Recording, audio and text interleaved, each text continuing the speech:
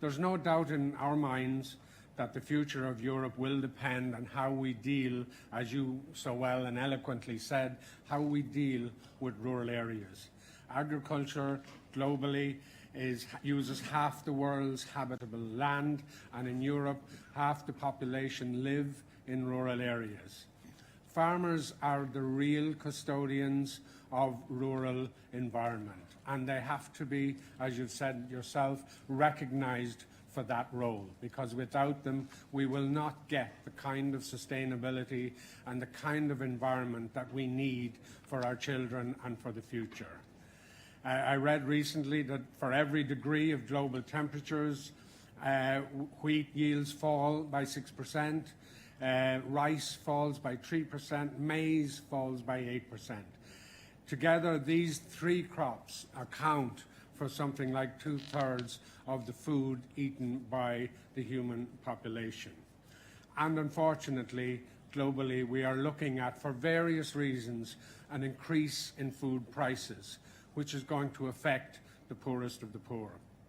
So the question is not whether EU rural strategies and CAP should contribute to a more sustainable or greener farming. The question is how to ensure that rural communities and European farmers are able to transit towards sustainability and are able to ensure that we can do so without leaving people behind, as your President has often said. There are three specific challenges. Firstly, the necessity for complementarity and consistency between, on the one hand, European agricultural food policies, and on the other hand, effective and well-resourced rural policy objectives. And I welcome the announcements you made this morning in this area. Reducing disparities between urban centres, as you said, and rural peripheries must go hand in hand with quality of life in rural areas. And none of this will be possible without community-led local development.